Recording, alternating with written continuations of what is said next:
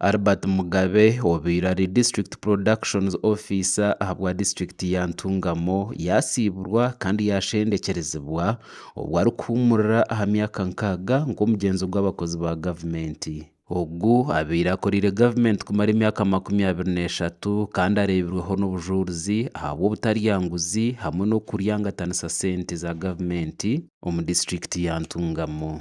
Omu bintu ebinagenda nabyo muka n'ekitinisa before you, ekitinisa eki natwara muka before you ahabw'okuba atariho kumbaja ngu nkamutwariza kubi especially mu Media Center.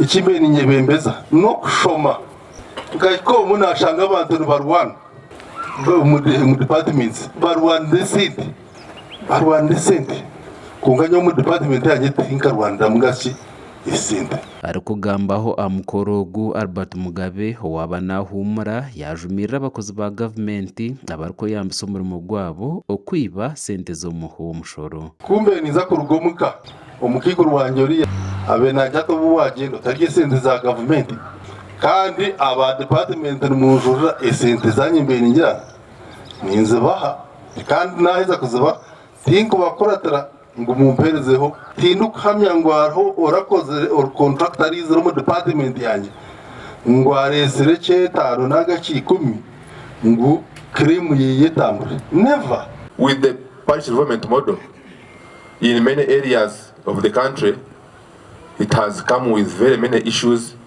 including arresting very many people, including name it. But here in this district, we have not had those many cases of arrests. And what? We have been handling these things in-house. Mukuru w'abakozi omuri Ntungamo Federis Kiza yahiga abakozi ba gavumenti bona okwehara enguzi aho kuba neija kubatera izina ribi kandi n'obumwe babingwa ha mirimo. Accountability has been very accountable. Na hati ya waza omu department team kama munoza kushangayo esente zita accounting. Waba uri accounting officer nyowe nka Fidelis obwa hati naba ndiyo nintekateka hebizo bikubasa kuretu tinkubasa kuranza yo production, because I know there is an accountable leader and I'm saying this with confidence and from the bottom of my heart. Hazito tukijombwira bibi bwa covid, tuijombwira bibi bwa PDM etine guidelines. Mene chikwenda mterere DPO mu ngaromu kandi mumuterere munonga district senyingi badisa bakabakoma konka owantungamo akahonesa disku mukomo. Yayongera yajumirira hamwe nabo abariko yambisa amana gabo okukingira amazima nangwa no kujumirira amazima na munonga aha bushomankuzi. I know how many times you went to police to record statements bwanyuma yo kugamba ngo iki kigwire hato wakigamba bakabariwe bajyanga umano za polisi kutugambira ekigwiro ko wakirebere.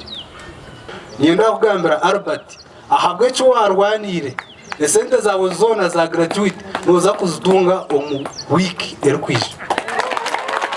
Ekindi DC kuturatunge weji abantu tuba promoting batunge mirimo yabo buryo maza hagereki karaba ine diguriye agishemererwemo tukwe ya ine diploma ye nembabazi. Mukuru w'entebe ya katano ahabwa district ya Ntungamo Samuel Muchunguzi rwa Kigoba yatunga kakumu abitegeki abari kuteka enkokora omukoronde mirimo kandi yaraganisa nguwe takubasa kwijumbira mu kikorwa nkeki. I will not influence in any decision that Service Commission will do. Na chigambara ho mishogani. It's upon your performance that will give you the what? Tinko mayana banga hi aba qualifying. Konka what I know. I want the decision ekorwe kandi ekorwe omuyihando kuzira guta ogushikire. We want to thank you for the mentorship. Mr. Mugabe has really mentored us. Konkani tugumire, but he has absorbed every one of us. Even up to date, I still recall what you always emphasize about the stakeholders.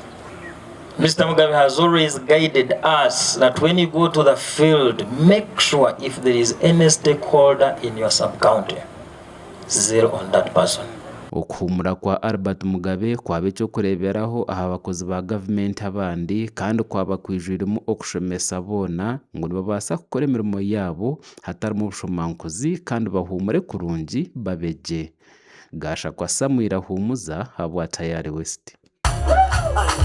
Yes, jade, mwana mukora muti, kara muteka y'ingaro.